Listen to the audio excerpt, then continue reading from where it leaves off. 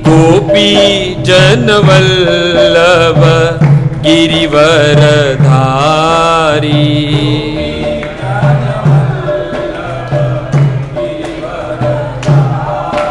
हाँ गोपी जनवल्लभ गिरिवरधारी।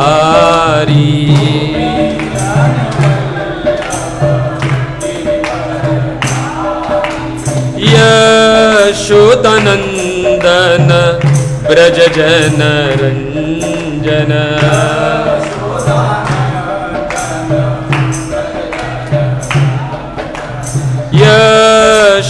यशोदानंदन ब्रज जन रंजन।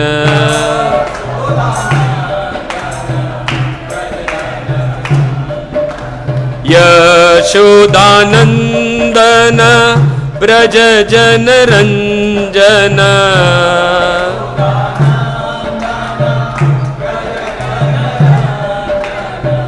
यमुना तीर वनचारी।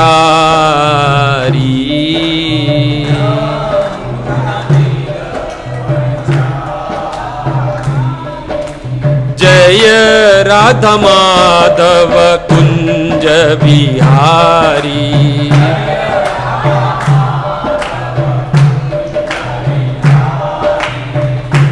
हरे कृष्णा कृष्णा कृष्णा हरे हरे, हरे राम राम राम हरे हरे।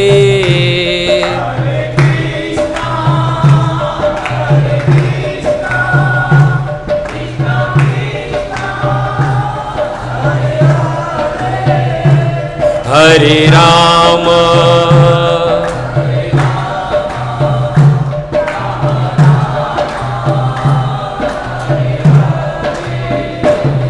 हरे कृष्णा कृष्णा कृष्णा हरे हरे, हरे राम राम राम हरे हरे।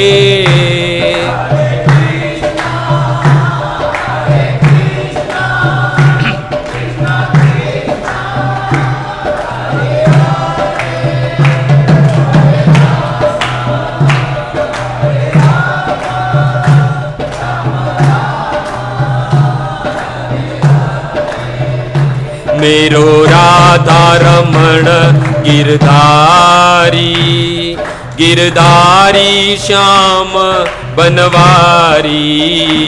मेरो भाव से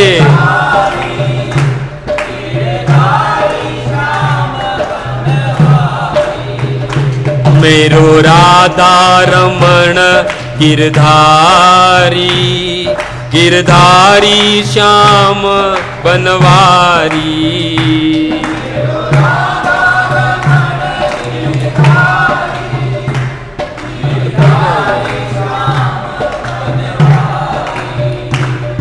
गोविंद मेरो है, गोपाल मेरो है।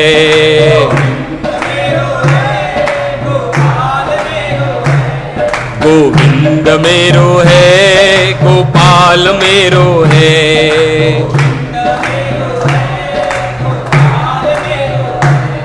श्री बाके बिहारी नंदलाल मेरो है।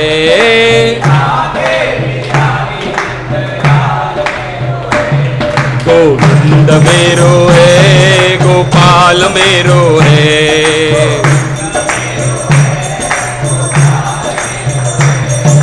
राधा माधव राधा माधव राधा माधव राधे।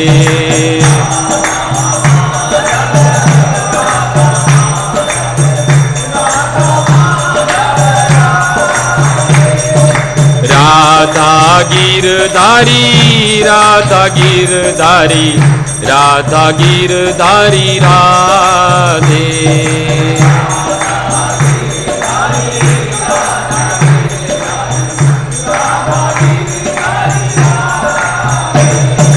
राधा गोविंद राधा गोविंद राधा गोविंद राधे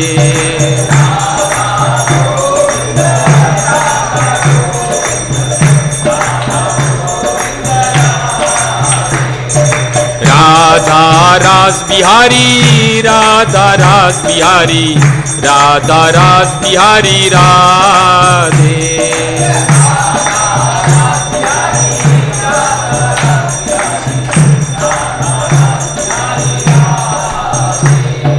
राधा श्याम सुंदर राधा श्याम सुंदर राधा श्याम सुंदर राधे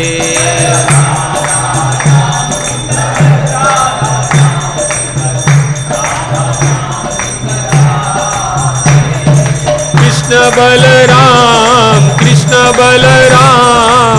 कृष्ण बलराम जय कृष्ण बलराम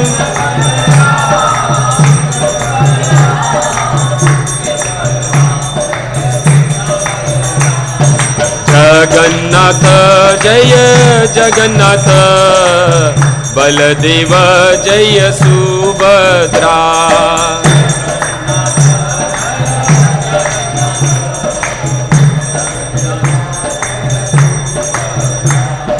गौरनिताय जय गौरनिताय गौरनिताय जय गौरनिताय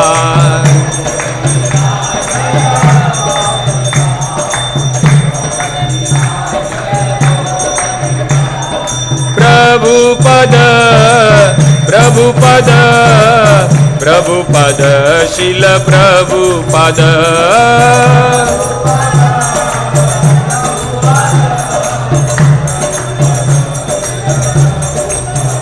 जय जय प्रभुपाद प्रभुपाद प्रभुपाद प्रभुपाद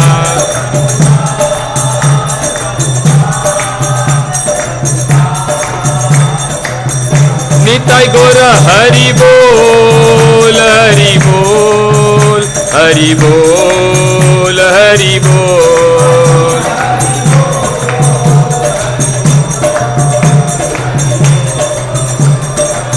युग धर्म हरिनाम संकीर्तन की जगत गुरु शील प्रभुपाद की निताय गौर हरि प्रेमानंदे।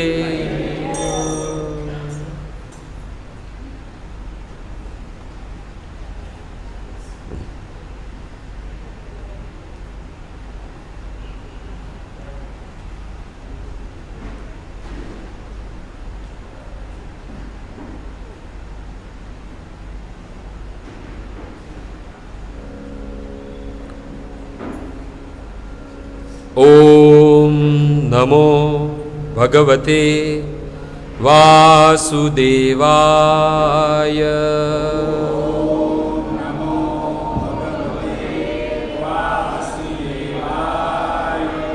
ओम नमो भगवते वासुदेवाय।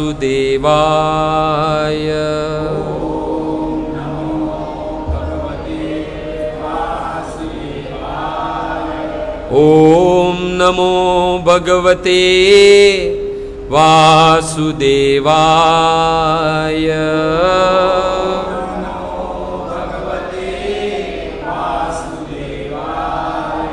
नारायणं नमस्कृत्यं नरं चैव नरोत्तमं देवीं सरस्वतीं व्यासं ततो जयमुदीरये। नष्टप्रायेषु अभद्रेषु नित्यं भागवत सेवया भगवती उत्तम श्लोके भक्तिर्भौतिर्नेष्ठकी ओम अज्ञानतिमिरानन्दस्य ज्ञानाञ्जनशलाकय चक्षुरुन्मीलितं येन तस्मै श्रीगुरुवे नमः। श्रीचैतन्यमनोभीष्टं स्थापितं येन भूतले स्वयं रूप कदा मह्यं ददाति शब्दान्तिकं। नमोऽहं विष्णुपादाय कृष्णपृष्ठाय भूतले श्रीमते भक्तिवेदान्त स्वामिनिति नामिने।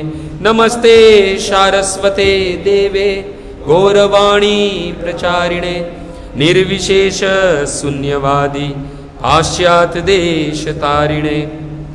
हे कृष्ण करुणा सिंधु दीनबंधु जगतपते गोपेश गोपिका कांत राधा कांत नमोस्तुते। तप्त कांचन गौरांगी श्रीराधे वृंदावनेश्वरी वृषभानुसुते देवी प्रणमामि हरिप्रिये।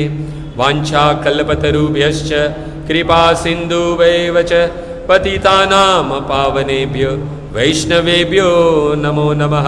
जय श्री कृष्ण चैतन्य प्रभु नित्यानंद श्री अद्वैत गदाधर शिवासादि श्री गौर भक्त वृंद।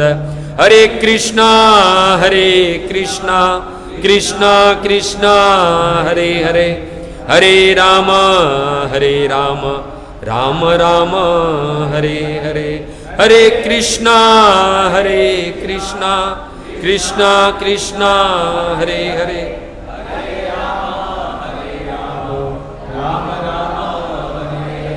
हरे कृष्णा कृष्णा कृष्णा हरे हरे, हरे राम राम राम हरे हरे।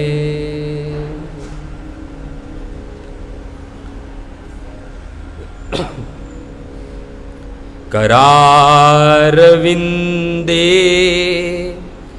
न पदारविंदम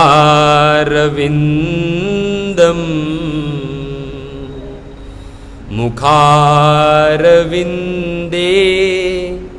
विनिवेशयन्तम्। वटस्य पत्रस्य पुटे शयानं बालं मुकुन्दं मनसा स्मरामि। श्री कृष्ण गोविंद हरे मुरारे, हे नाथ नारायण वासुदेव। जिह्वे पिबस्वा मृत में ददेव, गोविंद दामोदर माधवेति। गृहे गृहे गोपवधू कदम्बा, सर्वे मिलित्वा समवाप्य योगम्। पुण्यानि नामानि पठन्ति नित्यं, गोविन्द दामोदर माधवेति। गोविन्द दामोदर माधवेति। मखेश्वरी क्रियेश्वरी स्वदेश्वरी सुरेश्वरी, त्रिवेद भारतीश्वरी प्रमाण शासनेश्वरी। रमेश्वरी क्षमेश्वरी प्रमोदकाननेश्वरी। ब्रजेश्वरी ब्रजादिपे शिरादिके नमोस्तुते। क्षीरादिके नमोस्तुते।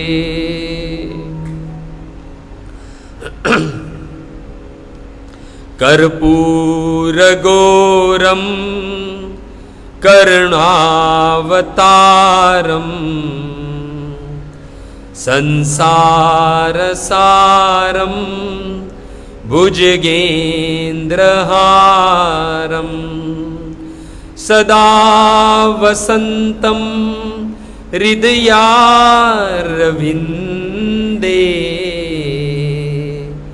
भवं भवामि सहितं नमामि, भवं भवामि सहितं नमामि।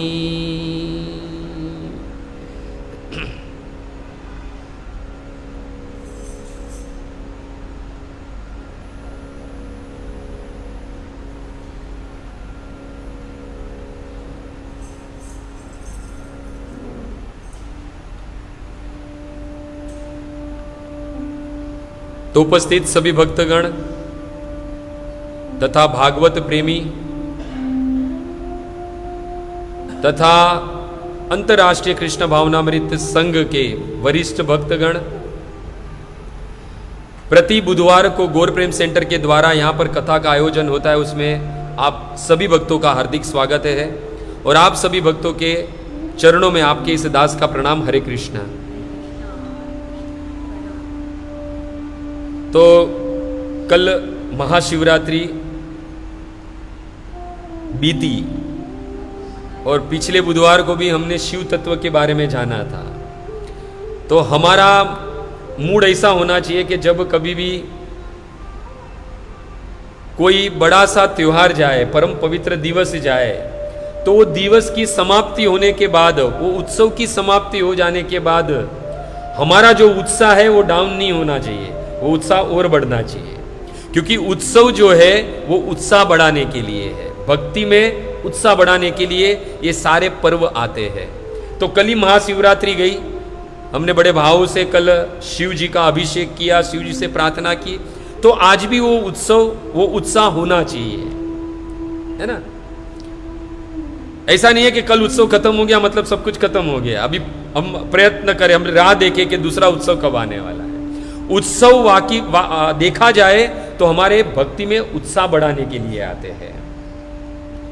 तो हमने कल महाशिवरात्रि मनाई, जो परम पवित्र दिवस था, जो हमारे वैष्णवा नाम यथा शंभु, जो सारे वैष्णवों में सिर मोरे उस शिव जी की विवाह का दिन था, शिव जी का प्राकट्य का दिन था। शिव जी के प्रलय की जो बेला करते हैं वो रात्रि भी कल गई। तो देखा जाए तो वैष्णवों में देखा जाए तो शिव जी कहते हैं मैं वैष्णवों में, मतलब मैं भी वैष्णव हूं, और अर्थात वैष्णवों में मैं ही शंभु हूं। ये जो वैष्णव नाम यथा शंभु, यानी वैष्णवों में मैं ही शंभु हूं। और हमने देखा कि शिव जी जो है वो परम भक्त है, सर्वश्रेष्ठ भक्त है, भगवान को अति प्रिय है। और शिव जी के 3 रूप है। हमने गत सत्र में भी सुना था कि शिव जी के 3 रूप है, उसमें से जो सदाशिव जो रूप है वो भगवान के भक्त का रूप है। और वो नित्य कहाँ वास करते हैं? ब्रज वृंदावन में, गोपेश्वर गोपी स्वरूप में वो ब्रज वृंदावन में वास करते हैं, जिसे सदाशिव कहते हैं। और उस गोपेश्वर बने हुए शिव जी जो है वहां पर त्रिपुंड धारक नहीं करते हैं, त्रिपुंड तिलक नहीं लगाते, वहां पर कौन सा ऊर्ध्व पुंड तिलक लगाते हैं, क्योंकि वो वैष्णव है, राम कृष्ण और विष्णु के भक्त है। इसलिए गोपेश्वर के रूप में, गोपी के ईश्वर के रूप में वहां पर रहने वाले शिव जी जो है वो वृंदावन में त्रिपुंड नहीं ऊर्ध्व पुंड तिलक धारण करते हैं। और स्वयं शिव जी कहते हैं देवी पार्वती से पद्म पुराण पाताल खंड में कि हे देवी, जो नाक से प्रारंभ करके केस पर्यंत जो सुंदर ऊर्ध्व पुंड जो लगाता है वो अत्यंत हरि को प्रिय होता है। और शिव जी स्वयं कहते हैं कि जब हम ये ऊर्ध्व पुंड तिलक लगाते हैं तो 2 रेखाएं हैं, एक रेखा ब्रह्मा जी और शिव जी कहते हैं एक रेखा स्वयं मैं हूं। और बीच में जो रिक्त स्थान है वो भगवान विष्णु, राम और कृष्ण का मंदिर है भक्तों। और कहते हैं कि जो लोग ऊर्ध्वपुंड तिलक लगाते हैं, मैं नहीं, शिव जी कहते हैं पद्म पुराण पाताल खंड में, कि जो लोग ऊर्ध्वपुंड तिलक लगाते हैं वो तुरंत ही मुक्ति गति को प्राप्त हो जाते हैं। तो देखा जाए तो हर और हरि दोनों में कोई अंतर नहीं है। आप नवद्वीप धाम में जाए तो गौदूप द्वीप है, उसमें हरिहर क्षेत्र में हरि और एक दोनों एक मूर्ति में समाये हुए, आधे हरि है और आधे हर है। भगवान और भक्त में अंतर नहीं रहता है।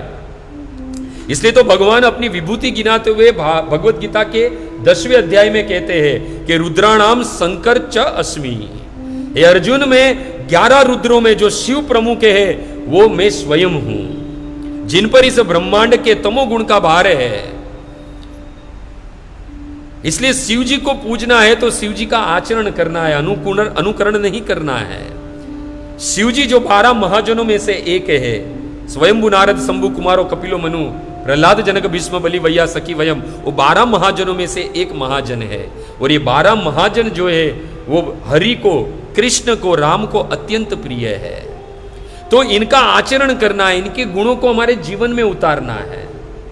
और एक भगवान को जो प्रिय है, जैसे कि भगवान को प्रिय शिव जी है, तो शिव जी के गुण कैसे है, भगवान को जो प्रिय है उसके गुण कैसे है। तो भगवान भगवत गीता में कहते हैं 12वें अध्याय के 13वें और 14वें श्लोक में कि अद्वेष्ट सर्वभूता नाम मैत्री करुणे वच निर्ममम निरहंकार सम दुख सुख क्षमी संतुष्ट सतत योगी यत आत्मा दृढ़ निश्चयी मयि अर्पितो मन बुद्धि मद भक्त समय प्रिय। एक ही गुण हमारे जीवन में आना चाहिए, वो है तितिक्षिव, सहनशीलता का। ये गुण शिव जी से सीखना जैसा है। हम हमारे जीवन में यही गुण नहीं ला सकते और हम क्या कहते हैं, हम बड़े भक्त हैं।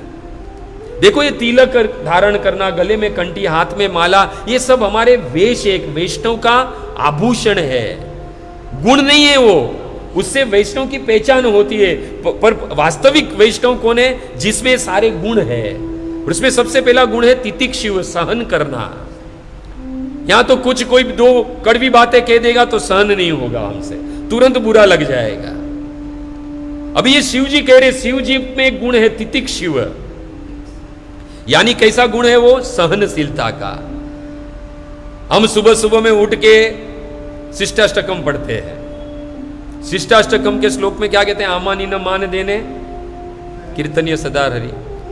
और कैसे रहना है, तो कहते हैं तृण से भी निम्न और वृक्ष के जैसे सहनशील बनना है। चैतन्य महाप्रभु ने यही शिक्षा दी कि भक्ति में सबसे पहले सहनशील होना सीखो, सहनशीलता आनी चाहिए।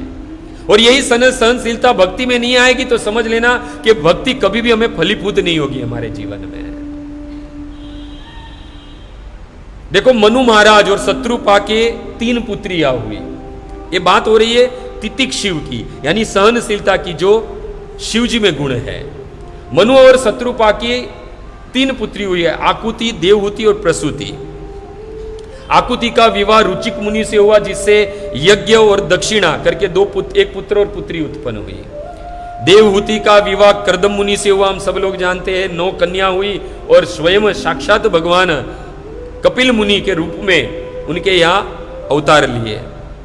और बाद में प्रसूति जो तीसरी कन्या थी मनु और शत्रुपा की, उसका विवाह हुआ दक्ष के साथ। और प्रसूति और दक्ष की टोटल 16 कन्याएं हुई। कितनी कन्या हुई? 16 कन्या। 13 कन्या का विवाह धर्म से हुआ, 1 कन्या का विवाह अग्नि से, 1 कन्या का विवाह किससे हुआ? पितृलोक को दिया। और अंतिम जो कन्या बची जिसका नाम था सती, उसका विवाह किससे हुआ? शिव जी से हुआ। और शिव जी और सती को कोई संतान नहीं थी। उसी समय ब्रह्मांड की सृष्टि करने वाले प्रमुख नायकों ने एक विशाल महान यज्ञ का संपन्न किया, जिसमें सभी ऋषि मुनि देवता गण अग्निदेव अपने अनुयायियों के सहित एकत्र हुए। वहां ब्रह्मा और शिव जी भी उपस्थित थे। पूरा बड़ा यज्ञ संपन्न किया था, सभा बुलाई गई थी और सभी लोग उसमें उपस्थित थे। और उस वक्त सूर्य के समान कांति रखने वाले प्रजापति दक्ष जो है उस सभा में प्रवेश किए। दक्ष की शारीरिक कांति को देखकर सभी लोग हैं वो अपने आसनों से खड़े हो गए और दक्ष का स्वागत ब्रह्मा जी ने किया और वहां पर शिव जी जो है वो आसन पर बैठे रहे, खड़े नहीं हुए। और शिव जी आसन पर बैठे रहे, खड़े नहीं हुए, इसलिए दक्ष को क्या लगा कि इसने मेरा अपमान कर दिया है। देखो दक्ष शिव जी दक्ष के कौन है? ससुर है और शिव जी उनके दामाद है। अभी शिव जी खड़े नहीं हुए तो आचार्यगण कहते हैं कि शिव जी शायद नींद लग गई होगी। सुबह में मंगला आरती में उठते हैं भगवान की तो शायद नींद लग रही होगी, या फिर निरंतर भगवान को याद करते तो समाधि में बैठ गए होंगे, इसलिए शायद नहीं खड़े हुए। परंतु दक्ष अपने दामाद शिव जी का बड़ा अपमान किया उस वक्त, बड़े कटु वचन कहे। कहा कि लोकपाल के नाम तथा यश को इस शिव ने धूल में मिला दिया। इस शिव ने सदाचार के पंथ को दूषित कर दिया है। ये निर्लज को पता नहीं है कि किस प्रकार आचरण करना चाहिए। देखो ये सब कुछ क्यों बोल रहा है कि उसको उसे अपना पद का अभिमान था। दक्ष को शिव जी को गुण को नहीं समझ रहा था वो। कुछ लोग क्या होते हैं, किसी वैष्णव के गुण को नहीं समझते हैं, उसके अवगुण को ही पकड़ते हैं और अपने पद का अभिमान होता है। तो आज इस दक्ष को अपने पद का अभिमान था। शिव जी को कटु वचन कह रहे थे। क्या कहा शिव जी को कि इसके नेत्र तो बंदर जैसे है। अरे मेरे मृग नयन नेत्रों वाली सती का ब्रह्मा जी से कहने के कारण मैंने इसके साथ विवाह करवा दिया। अरे इसे उठकर मेरा स्वागत कैसे करना चाहिए, मीठी वाणी से मुझे मेरा सत्कार करना चाहिए था, पर ये इसको ये मूर्ख को ये मेरे दामाद शिव जी को ये नहीं आता है। कहा प्रेत आवेशु, ये स्मशान जैसे गंदे स्थानों पर रहता है। उसके साथी भी कौन है? घोरेशु प्रेत भूत गणे। कल हमने सुना ना उनके बारात में कौन कौन थे? अकाइनो बकाइनो आओ सब डाइनो। कहते हैं कि स्मशान जैसी गंदे स्थानों पर रहता है और उसके साथी भी भूत प्रेत गण है। पागलों के समान नंगा रहता है, व्युक्त केस उसके बाल भी बिखरे हुए रहते हैं। कभी हंसता है, कभी रोता है, कभी चिल्लाता है और स्मशान की राख जो है वो अपने शरीर पर लपेट के रखता है। चीता भस्म कृत स्नान, खोपड़ी और अस्थियों की माला शरीर से विभूषित करता है। प्रेत स्कृत नृ अस्थि भूषणम, शिव उपदेश ही अशिव है, ये दक्ष ने कह दिया। उसका नाम शिव है, अन्यथा ये अशुभ और अमंगल प्राणी है। बताओ कितना सारा शिव जी को कह दिया इस दक्ष ने। क्यों? क्योंकि पद के अभिमान में था। शिव जी के गुण को नहीं देख रहा था। दुनिया की दृष्टि में देखा जाए तो दुनिया की दृष्टि में देखा जाए तो लोक दृष्टि से देखा जाए तो अवगुण है ये सब। हाँ, कोई श्मशान में रहता है, राख मलता है, भूत प्रेतों का संग करता है, खोपड़ी की माला लेकर घूमता है, ये शायद अशुभ लक्षण है लोक दृष्टि से देखा जाए तो। परंतु वैष्णव दृष्टि से देखा जाए, मेरे कृष्ण की दृष्टि से देखा जाए तो ये सारे अवगुण वास्तविक गुण है। वो हमने कल कथा में सुना कि आखिर क्यों ये सब शिवजी धारण करते हैं। क्योंकि वैष्णवेर क्रिया मुद्रा विज्ञ न बुझे। आखिर ये किसी वैष्णव की स्थिति क्या है वो बड़े बड़े ज्ञानी भी नहीं समझ सकते हैं। दक्ष ईर्ष्या कर रहा था, ईर्ष्यावश शिव जी के गुणों में भी उसको अवगुण नजर आ रहे थे और कह रहा था कि शिव जी ने लोकपालों के नाम तथा यश को जो है वो नष्ट कर दिया। वो पीछे अभी कोई आया है, उसको बोलो आगे आके बैठे। वक्ता का चेहरा दिखना चाहिए, आगे आकर बैठे। वास्तविक देखा जाए तो इस संसार में भगवान की भक्ति का प्रचार यदि सर्वाधिक किसी ने किया है तो ये सारा श्रेय किसको जाता है? देवादिदेव महादेव को जाता है।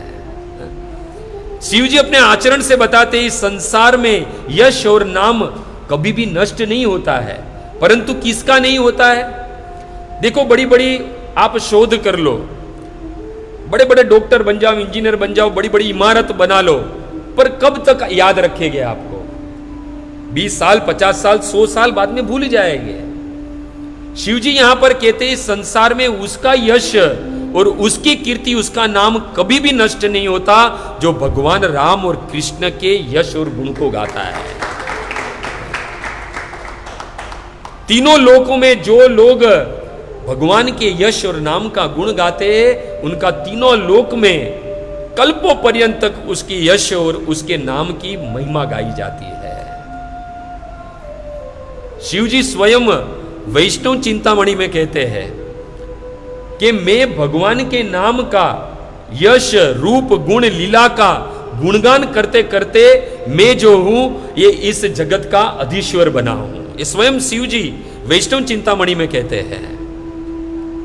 और कहते सत्यम सत्यम वदाम्यस्य, मैं सत्य कह रहा हूं। एक बार नहीं, दो बार शिव जी कहते हैं सत्यम सत्यम वदाम्यस्य हरे नाम गृणीत नृणाम, मैं ये हरि का नाम लेकर उनकी यश और उनकी कीर्ति का गान करते करते इस सारे जगत का अधीश्वर बना हूं मैं। इसलिए भगवान राम कृष्ण की भक्ति और उनका यश, उनके नाम की महिमा जो गाता है वो अमर हो जाता है। अनेकों राणा मारवाड़ पर राज किए, परंतु यदि आज भी पूछा जाए कि ये मारवाड़ किसका है, तो एक स्वर में सब लोग यही कहेंगे ये मारवाड़ मीरा का है। अनेकों राजा रजवाड़े जूनागढ़ पर राज करके चले गए, पर आज भी पूछा जाए कि ये जूनागढ़ किसका है, तो एक स्वर में कहा जाएगा कि नरसी का है ये। अनेकों राजा ने पोरबंदर पर राज किया, परंतु आज भी पूछा जाए कि पोरबंदर किसका है, तो एक ही स्वर में कहेंगे कि सुदामा का पोरबंदर है भक्तों। इसलिए भगवान के नाम और यश का जो गुणगान करता है उसे कल्पों तक सब लोग याद करते हैं। आज दक्ष को शिव जी का आचरण दूषित लग रहा था, स्तन भेद दूषित, उसे दूषित लग रहा था आज आचरण, परंतु यही आचरण संसार को विष से मुक्त किया है भक्तों।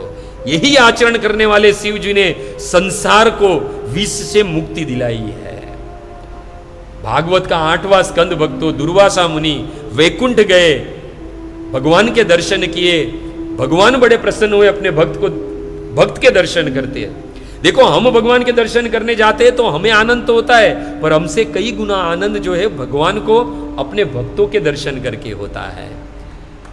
भगवान ने जब देखा कि दुर्वासा मुनि उनके भक्त उनके सामने, भगवान बड़े प्रसन्न हुए, भगवान ने अपने गले की वैजंती माला है वो दुर्वासा मुनि को दे दी, भगवान बड़े प्रसन्न हो गए। दुर्वासा मुनि भी धन्य हो गए कि आज भगवान के दर्शन के साथ साथ भगवान की कृपा रूपी जो प्रसाद जो माला है वो भी मुझे मिल गई। भगवान का नाम लेते लेते वैकुंठ से निकले और रास्ते में कौन मिले? इंद्र मिले भक्तों, और इंद्र ऐरावत पे थे। जब दुर्वासा मुनि ने देखा इंद्र को तो समझ गए कि ये पद के अहंकार में है, परंतु इसे यदि भगवत कृपा प्राप्त हो जाए तो शायद इसके जीवन में भी भजन भक्ति आ जाए। तो भगवान का जो ऐसे देखा जाए तो संत जो होते हैं बड़े कोमल हृदय वाले होते हैं, संत हृदय नवनीत समाना। इंद्र पर दया आ गई उस दुर्वासा मुनि को कि शायद इसे भगवान की कृपा रूपी माला दे दूं तो शायद इसका भला हो जाए। वो प्रसादी माला इंद्र को दी, और इंद्र ने पहले तो इंद्र ने भी क्या किया, जब दुर्वासा मुनि को देखा तो ऐरावत पे बैठे बैठे ही उसको प्रणाम किया। ऐसे तो नीचे उतरना चाहिए, हम जब वैष्णवों को देखते तो हमें दंडवत करना चाहिए। ये भी क्या होता है, शुरू शुरू में बहुत होता है, फिर तो ऐसा लगता है कि कॉमन है, कितनी बार हम दंडवत करेंगे। रघुनाथ दास जो छठ गोस्वामी में थे ना, वो भगवान को दिन के 1 लाख दंडवत और वैष्णवों को भी 1 लाख दंडवत करते थे। कितने? 1 लाख दंडवत। सोचो आप, जितने हम वैष्णवों को दंडवत करेंगे उतना हमारे में रहे हुए काम, क्रोध, लोभ, मोह, मद, माश्चर्य है वो धीरे धीरे निकलने लगेंगे। ईर्ष्या का जो भाव है वो निकलते रहेगा। दंडवत इसके लिए ही होता है। इंद्र को एक्चुअली दंडवत करना चाहिए था, अपने आसन वो जो ऐरावत पे बैठा था पर नहीं उतरा। तो दुर्वासा मुनि ने क्या किया, भगवान की जो माला थी वैजंती माला उसको दी। अभी ये जो भगवान की जो माला है ना, साक्षात देखा जाए तो भगवान की ही कृपा है। गुरु महाराज तो कहते हैं कि ये जो भगवान की कृपा तो हमने देखी नहीं कैसी है, परंतु यदि भगवान की माला मिल जाए ना हमें, तो वो साक्षात कृपा है, परम पूज्य गुरु महाराज कहते हैं। और कभी कभी कोई परम पूज्य गुरु महाराज को माला भगवान की अर्पण करते हैं ना, तो कभी कभी कथा में बैठे रहते हैं, कथा करते हैं, माला मिलती है, और बाद में कथा समाप्त होने के बाद अपने स्थान पर जाते हैं, तो कभी कभी वो माला पहन के ही सो जाते हैं। और हमें तो क्या है, जैसे माला देते हैं ना, तो वो पॉलिटिशियन की तरह तुरंत निकाल कर रख देते हैं। अरे माला का महत्व समझो, ये साक्षात भगवान की कृपा है, इसको गले में धारण करना चाहिए, इसमें थोड़ी कोई बम लगा हुआ है, कि तुरंत ही निकाल देना चाहिए। अभी अपने पद पर था, अहंकार पे था, इंद्र समझ नहीं पाया कि साक्षात भगवान की वैजयंती माला कृपा है। उसने क्या किया, वो माला तुरंत निकाल के अपने हाथी एरावत को दे दी। अने हाथीनी बुद्धि जाड़ी, इन्हें शू खबर पड़े। उसने वो माला ली और अपने पैरों तले कुचल डाली। और ये सारा दृश्य जो है वो दुर्वासा मुनि देख रहे थे। आज इंद्र ने दो गलतियां की, सबसे पहले भक्त का अपमान किया, और दूसरा भगवान की माला जो भगवान का प्रसाद था उसका अपमान किया। भक्तों, साक्षात शिव जी के क्रोध का रूप ये दुर्वासा मुनि, अत्रि और अनसुया के पुत्र ये दुर्वासा मुनि ये दृश्य को देख नहीं सके, और तुरंत ही क्रोध प्रकट हुआ और इंद्र को श्राप दे दिया कि तुम श्रीहीन हो जाओ। दुर्वासा मुनि के श्राप के कारण इंद्र जो है वो श्रीहीन हो गया, और उसे स्वर्ग छोड़ना पड़ा। और इस स्थिति को देखकर असुरों ने स्वर्ग पर आक्रमण किया और स्वर्ग को अपने कब्जे में ले लिया, स्वर्ग पर विजय प्राप्त कर ली। सारे देवता इंद्र सहित ब्रह्मा जी के पास गए, ब्रह्मा जी शिव जी के पास गए, और सारे देवता ब्रह्मा जी, इंद्र और शिव जी हरि भगवान नारायण के पास गए। भगवान ने कहा, देखो तुमने गुरु का अपमान किया, इसलिए तुम्हारी शक्ति श्री सब कुछ हीन हो गया है। अब तुम्हें पुनः यदि शक्ति प्राप्त करनी है तो अमृत का पान करना पड़ेगा, और अमृत अकेले देवताओं से प्रकट नहीं होगा, तुम्हें असुरों से मित्रता करनी पड़ेगी। कैसे? तो कहते हैं अहिमुषकवत, जैसे सर्प चूहे से मित्रता करता है उस प्रकार तुम्हें मित्रता करनी होगी। और बाद में भगवान के कहने के कारण असुर और देवताओं ने दोनों ने मिलकर इस संसार का सबसे बड़ा बिजनेस बोल सकता हूं, अमृत उत्पन्न करने के लिए मंथन शुरू किया। भक्तों, हम सब जानते हैं मंदराचल पर्वत को लाया गया जो सोने का था, मंथानी के रूप में वासुकी नाग को लाया गया, और क्षीर सागर की ओर गए। सब देवताओं ने पूंछ का भाग पकड़ा और असुरों ने मुंह का भाग पकड़ा। और भगवान जो है असुरों में रजोगुण में, देवताओं में सतोगुण में, और वासुकी नाग में तमोगुण में प्रवेश कर कर भगवान ने सबको शक्ति प्रदान की।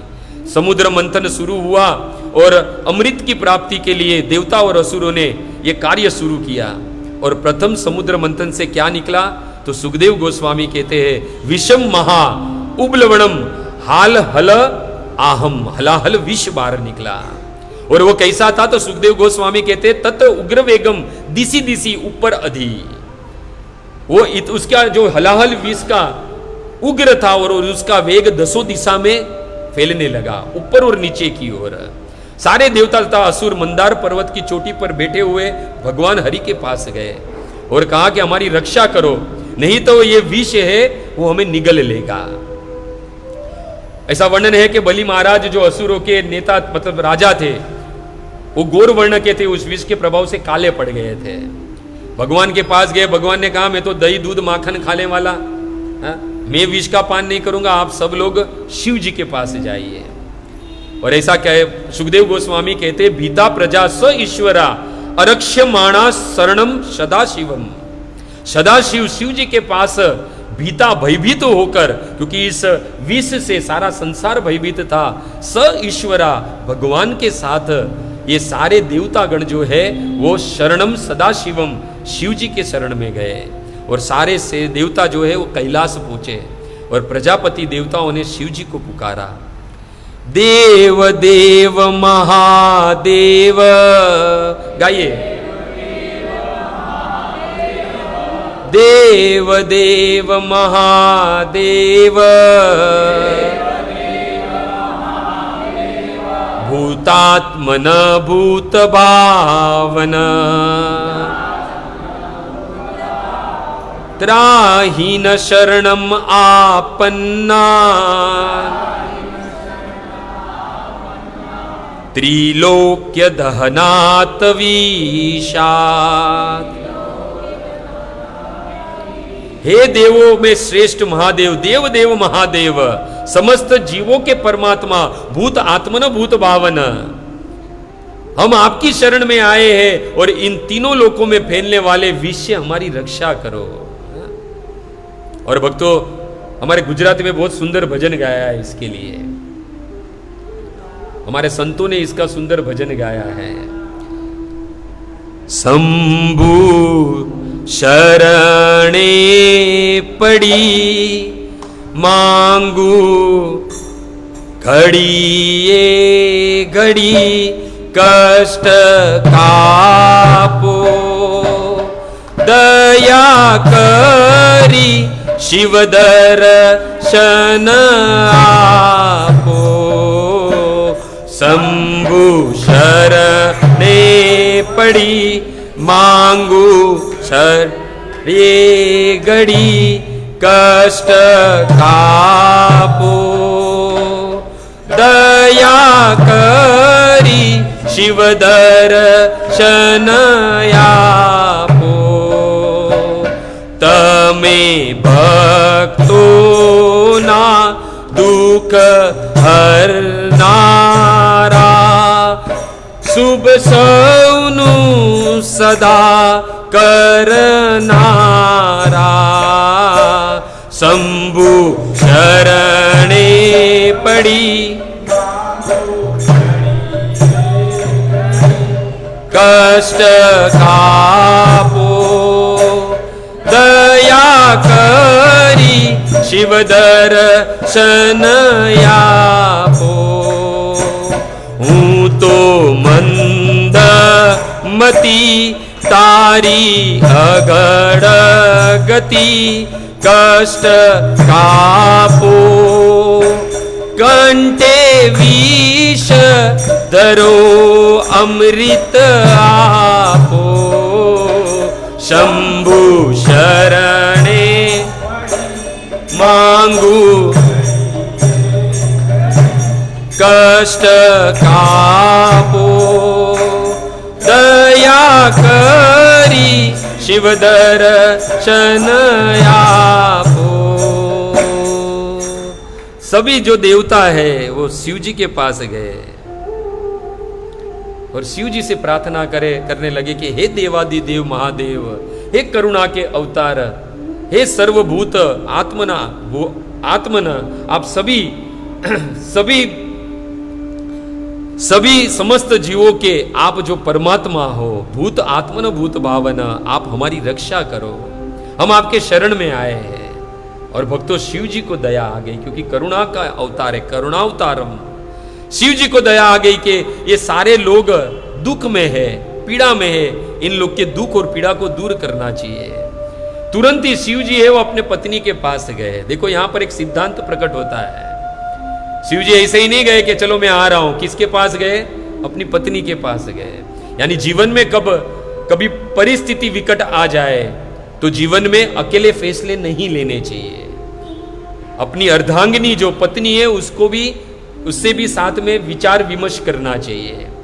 शिव जी सीधे नहीं गए। शिव जी सबसे पहले किसके पास गए? भवानी पार्वती के पास गए और उस पार्वती को कहा कि हे प्रिय भवानी, जरा देखो तो किस तरह ये सारा संसार, सारे जीव जो है क्षीर सागर के मंथन से उत्पन्न विष के कारण संकट में पड़े हुए हैं। हे देवी, हे भद्र, हे मेरी पत्नी भवानी, आप देखो कि पुंस कृपयते भद्र, है मेरी पत्नी, है मेरी भवानी, जब कोई अन्य के लिए उपकार करता है, सर्वात्मन प्रियते हरि, जब कोई दूसरे के लिए उपकार करता है तो वो भगवान हरि को अत्यंत प्रिय हो जाता है। भगवान उस पर अत्यंत प्रसन्न होते हैं। शिव जी यहां पर सिद्धांत बताते हैं कि यदि पर उपकार करोगे तो भगवान बड़े प्रसन्न होंगे, हम भगवान के प्रिय हो जाएंगे। पर उपकार पुंस कृपयतो, पर उपकार करना चाहिए और वैष्णव का ये सबसे बड़ा गुण है। देखो हम यहां पर किसकी बात करें? तितिक्षिव, सहनशीलता की बात कर रहे हैं। शिव जी के गुणों में भी अवगुण ढूंढा दक्ष ने, और हम यहां शिव जी के गुणों की, शिव जी की महिमा गा रहे हैं। तो वैष्णव वो है जो पर दुखे दुखी, पर सुखे सुखी, पर उपकार करने की जिसकी भावना हो, और जो पर उपकार करता है वो भगवान हरि को अत्यंत प्रिय हो जाता है। इसलिए कागभूषणी जी गरुड़ जी से कहते हैं कि वैष्णव कैसे होते हैं, तो कहते हैं पर उपकार वचन मन काया, संत स्वभाव सुहद खगराजा। हे खगराजा, हे गरुड़, आप समझो कि जो अपने मन से, वचन से और काया से किसी पे उपकार करे, वो एक और एक मात्र वैष्णव का ही स्वभाव होता है। और आज शिव जी जो है अपनी पत्नी से कहते हैं, हे प्रियते, प्रीते हरो भगवती प्रिय अहम स चर अचर। जब मैं दूसरों पर उपकार करते हैं हम, तो भगवान प्रिय हो जाते हैं, भगवान प्रसन्न होते हैं। और हे देवी, जब भगवान प्रसन्न होते हैं तो मैं सारी चर अचर के साथ में मैं भी प्रसन्न होता हूं। इसलिए हे देवी, हे भद्रे, तस्माद इदम गरम बुज्जे प्रजा नाम स्वस्ति अस्त में। हे पार्वती, मुझे विष पीने के लिए मुझे आज्ञा दो, क्योंकि मेरे कारण जो ये मैं विष पी लूंगा, ये विष के कारण सारा संसार है वो पीड़ा में है। यदि ये विष का पान करूंगा तो ये सारा संसार है वो पीड़ा से मुक्त हो जाएगा। अगर आज की नारी होती ना तो कहती कि भले मरता संसार, तुम्हें क्या मरने की जरूरत है ना। देखो पार्वती की शिव जी क्यों सुनते थे, क्योंकि शिव जी की पत्नी पार्वती है वो भगवान विष्णु की भक्तिया थी, और उसके गुरु कौन थे? साक्षात नारद मुनि थे। भक्तों जानते थे कि मेरी पत्नी में गुण है वैष्णव के, इसलिए शिव जी अपनी पत्नी के पास गए। जानते थे मेरी पत्नी मुझे ना नहीं कहेगी। अगर संसार की दूसरी पत्नी होती तो शायद ना कह देती, मरे सारा संसार जलता हो तो जरे तुम्हें मरने की क्या जरूरत है। परंतु धन्य है ये हिमालय की पुत्री नारद की शिष्या। रामायण में कहा गया है, जीव बिन देह नदी बिन वारी, ऐसे ही पुरुष ऐसे ही नाथ पुरुष बिन नारी। अरे जैसे नदी में पानी नहीं हो तो नदी कुछ काम की नहीं है, देह में यदि प्राण न हो तो ये देह कुछ काम का नहीं है। ऐसे ही जिसके स्त्री के जीवन में यदि पति न हो तो उसका जीवन कुछ काम का नहीं है। परंतु धन्य है ये पार्वती हिमालय की पुत्री के अपने पति को विष पान करने के लिए अनुमति दे दी। सोचने लगी कि मैं एक दुखी होगा तो चलो ये चलेगा, पर सारा संसार तो इस दुख में से मुक्त हो जाएगा। ये वास्तविक नारी का धर्म होना चाहिए। इसलिए पार्वती ने अपने पति शिव को आज्ञा दी। वास्तव में देखा जाए तो पार्वती अपने पति का, शिव जी के प्रभाव को जानती थी कि ये हलाहल विष मेरे पति का, मेरे स्वामी का कुछ बिगाड़ नहीं पाएगा। इसलिए प्रभावज्ञा, वो जानती थी अपने पति का प्रभाव क्या है, इसलिए अनवम मोदित उसे अनुमति दे दी। और शिव जी जो है वो देवताओं के सहित समुद्र तट पर पहुंचे और तत्कर्तली कृत्य व्यापी हलाहलम विष अभक्ष्यात महादेव कृपया भूत भावना।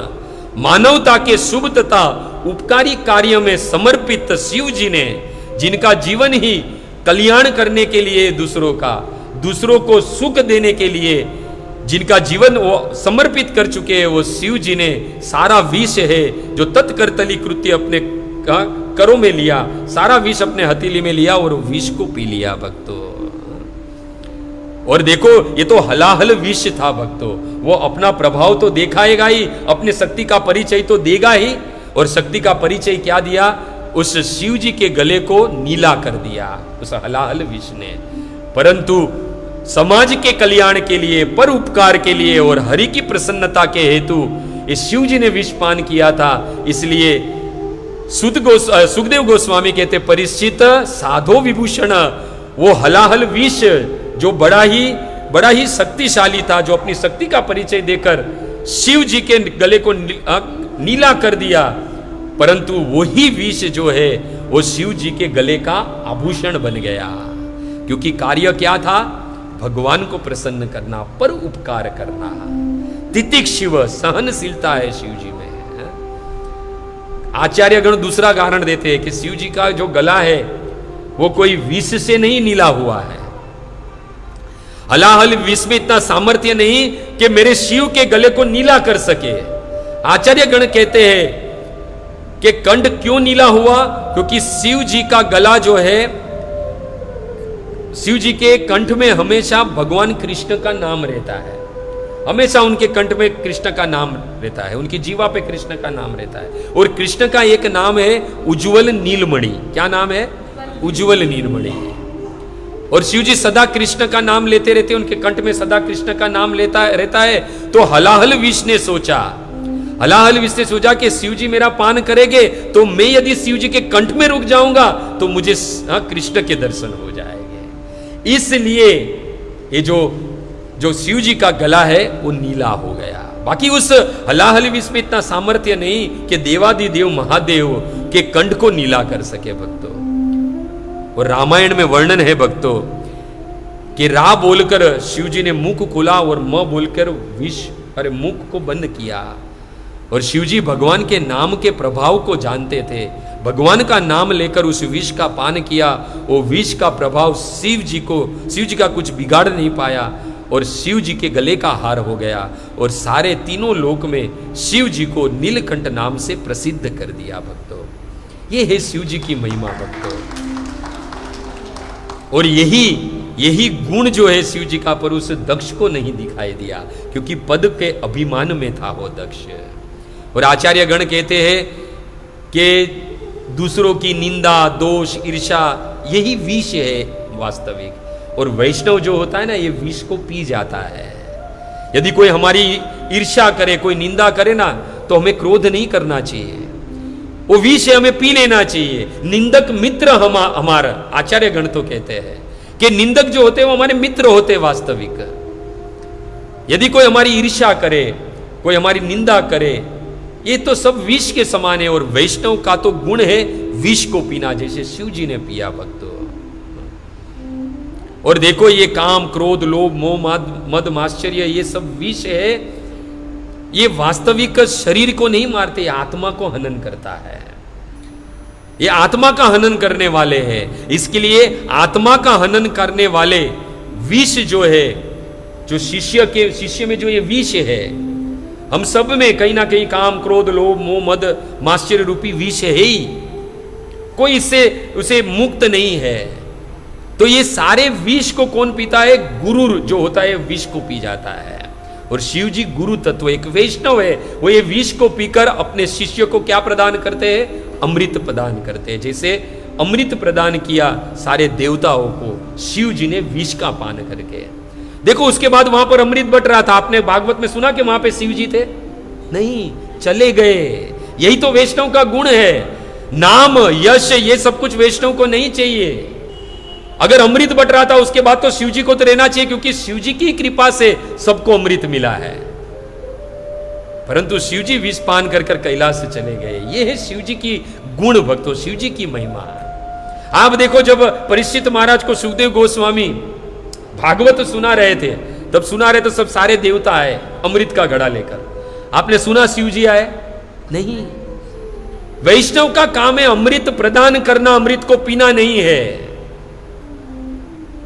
गुरु का कार्य है अपने शिष्य के विष को पीना और उसे अमृत समान भगवान की कृपा और भक्ति प्रदान करना। ये वास्तविक वैष्णव का गुण है। इसलिए तो शिव है वो गुरु तत्व है। इसके लिए रामायणकार, रामचरितमानस के रचयिता गोस्वामी तुलसीदास जी ने वंदे बोधमय नित्य गुरु शंकर रूपिण शिव जी को गुरु कह दिया। जो शिष्य के जीवन में रहे हुए काम, क्रोध, लोभ, मद, माश्चर्य रूपी विष को खुद पीकर शिष्य को भगवत नाम रूपी, कथा रूपी अमृत प्रदान करते हैं भक्तों। ये है शिव जी का गुण। इसलिए मानसकार ने नित्यम गुरुम शंकर रूपिणम शिव जी को गुरु कह दिया भक्तों।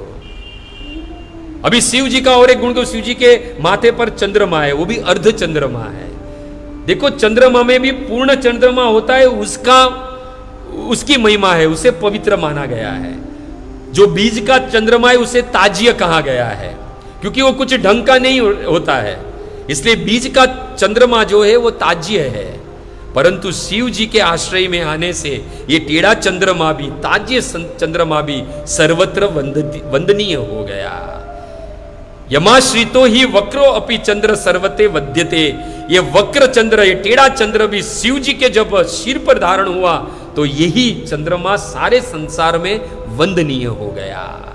इसलिए यदि गुरु के आश्रय में आओगे तो अपने आप, एक वैष्णव के आश्रय में आओगे तो अपने आप में भी वैष्णव के गुण आने लगेंगे, आपको भी सब लोग वंदन करने लगेंगे। इसलिए जब हम किसी वैष्णव का आश्रय में आते हैं तो हमें कुछ ज्यादा करने की जरूरत नहीं है, बस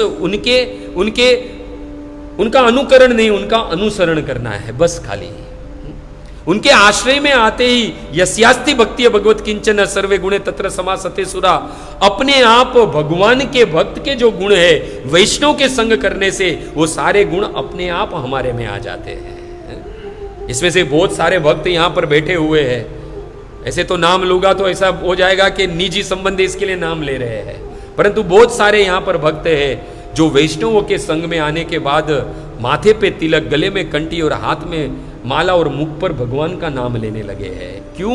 क्योंकि यह भक्तों के संग, वैष्णव के संग हुआ है इसके लिए। और सच्चा गुरु वही है जो जीव को भगवान से मिला दे। हमने कथा सुनी थी ना, नरसिंह मेहता की, केदार राग गाते हैं, फिर बाद में शिव जी प्रकट होते हैं और शिव जी उनको क्या देते हैं? महारास का दान देते हैं। तुरंत ही वृंदावन लेकर जाते हैं और रास का दर्शन करवाते हैं, कृष्ण का दर्शन करवाते हैं। जो शिव भक्त थे नरसिंह मेहता, और वो क्या हो गए? कृष्ण के भक्त हो गए। क्योंकि एक बार जो वृंदावन जाता है ना तो फिर वृंदावन का ही होकर रह जाता है। यहां पर बहुत लोग बैठे हैं, आपको यकीन नहीं होगा, जब वृंदावन हम लोग जाते हैं ना, 6-7 दिन हो जाते हैं, आखिरी दिन होता है ना तो रोते हैं, छोड़ने का मन नहीं होता है उनका, कि काश ये और दिन यहां पर रहे हम। और वैसा ही कुछ नरसिंह मेहता के साथ में हुआ। वृंदावन गए और वृंदावन में कृष्ण के दर्शन किए, उस श्याम सुंदर के दर्शन किए तो वृंदावन के होकर रह गए साक्षात। उन्होंने तो क्या गाया?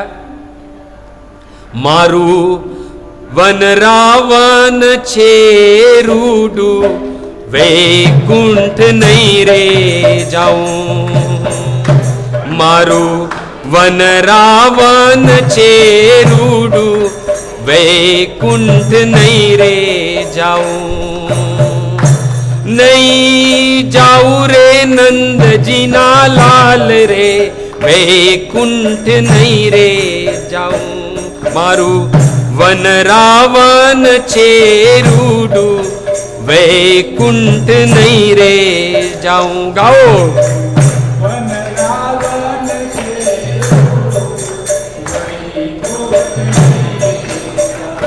हे नहीं जाऊं नंद जी ना लाल रे वैकुंठ नहीं रे जाऊं, मारू वन रावण छेरूडू वैकुंठ नहीं रे जाऊं।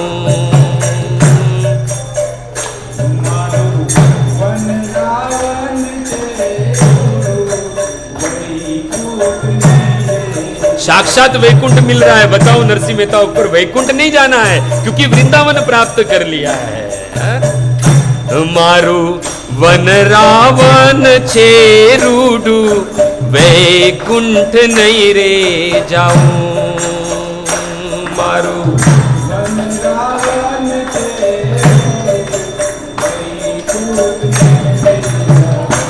ये क्या थोड़ा थोड़ा बीच में भजन कीर्तन गाना चाहिए तो क्या है, नींद उड़ जाती है ना। बहुत लोग नींद, मुझे ऐसे तो अच्छा आता नहीं है भजन करना, पर मैं अच्छा करने की कोशिश करते रहता हूँ।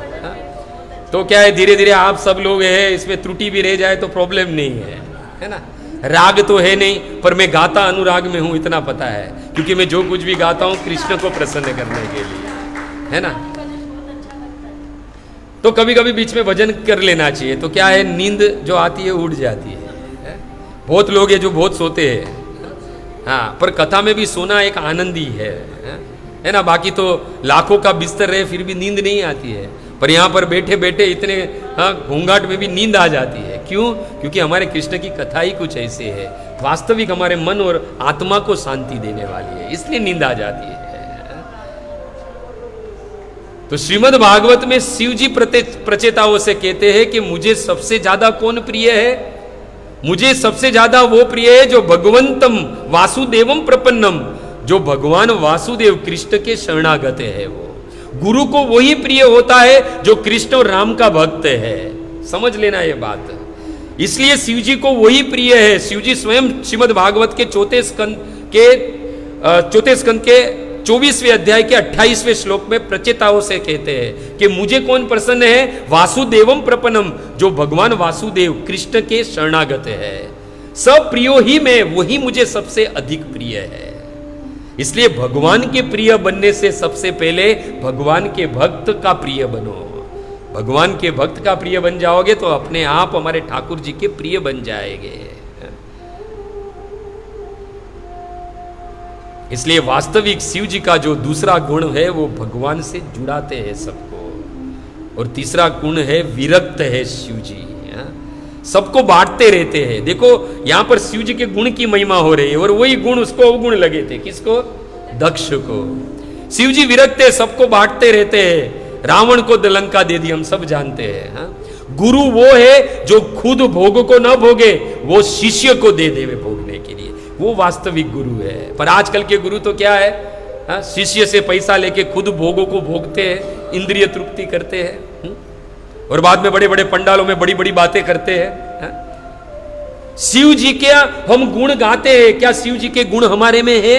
ये पहले समझो। हम किसी वैष्णव के गुण गाए, उसका गुण गाने का उद्देश्य एक और एक मात्र ये होना चाहिए कि आज नहीं तो कल ये गुण मेरे में आ जाए। इसलिए हमें उनके गुण की महिमा गानी चाहिए कि ये गुण हमें हमारे में भी आए। और गुरु वो है, वैष्णव वो है। शिव जी अपने आचरण से बता रहे हैं कि भोग ना भोगे। लंका जो स्वयं उनके पास आई थी वो रावण को दे दी और खुद बरगद के पेड़ के नीचे रहने लगे। उनके लिए ही बनाई थी विश्वकर्मा ने, ये पार्वती के कहने पर सुंदर लंका बनाई थी, वो भी सोने की लंका। बताओ, परंतु दान में दे दी। किसको? रावण को दे दी। बताओ, गुरु वही है जो सब कुछ दान में दे दे, खुद ना भोगे। हम सुबह सुबह में मंगला आरती में गुरुवाष्टकम गाते हैं, है ना? क्या गाते हैं?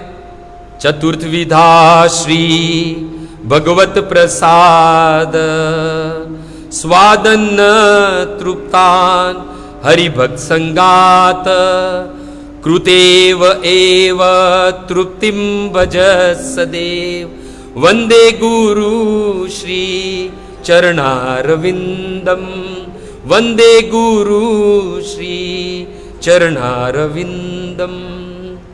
गुरु का भाव क्या है? दूसरों को प्रसाद लेते हुए देखे तो उसका उदर भर जाना चाहिए। यहां तो क्या है, गुरु के लिए तो पहले अलग से कुछ निकाला जाता है कि कुछ कम न हो जाए। वैष्णव वो नहीं है। वैष्णव को तो जो कुछ भी मिले वो उसे प्राप्त कर ले, बस उसमें उसके उदर का भरण हो जाए। जीवारे लालसा इति उति थाय शिष्ण उदर परायण कृष्ण नहीं पाय। जो जीवा के लालसा में है वो कभी भी कृष्ण को प्राप्त नहीं कर सकता है। और वैष्णव वो है कि जो कुछ भी मिले उससे उसे उदर भरण कर लेता है, खुद भोगे नहीं। अगर 56 भोग भी है तो अपने शिष्य को दे दे कि तुम लोग खाओ। बड़े बड़े हमारे मंदिर में उत्सव होते हैं, आप लोग सब देखते हैं, कितना सारा भगवान के लिए भोग बनता है। कभी देखा है किसी गुरु महाराज को खाते हुए प्रसाद को ग्रहण करते? नहीं। अगर देते भी है तो थोड़ा चक्कर कहते कि भक्तों में बांटो। ये गुरु का भाव होता है कि भक्तों में बांटो।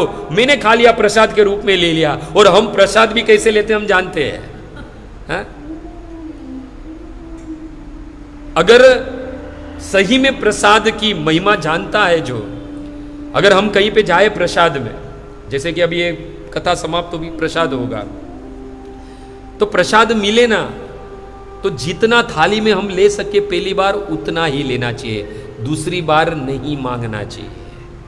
हाँ, दूसरी बार अगर कोई भक्त आए और आपको दे वो बात अलग है, जैसे हमारे नरसिंह प्रभु सबको जबरदस्ती बांटते हैं, वो बात अलग है। परंतु वास्तविक देखा जाए तो ये भगवान का प्रसाद है। ये भोजन नहीं है कि जो हमारा उदर का भरण करे, ये प्रसाद है हमारी आत्मा को तृप्त करने के लिए। हाँ, अगर कोई भक्त आग्रह करे तो ना भी नहीं कहना है। अब ऐसा मत बोलना कि आपने कथा में बोला इसलिए हम इतना ही लेंगे, एक ही बार लेंगे, अब हम खाएंगे नहीं। पर कोई आग्रह करे, कोई वरिष्ठ आग्रह करे तो उस प्रसाद का अनादर भी नहीं करना है। तो ये है शिव जी के गुण भक्तों। हाँ?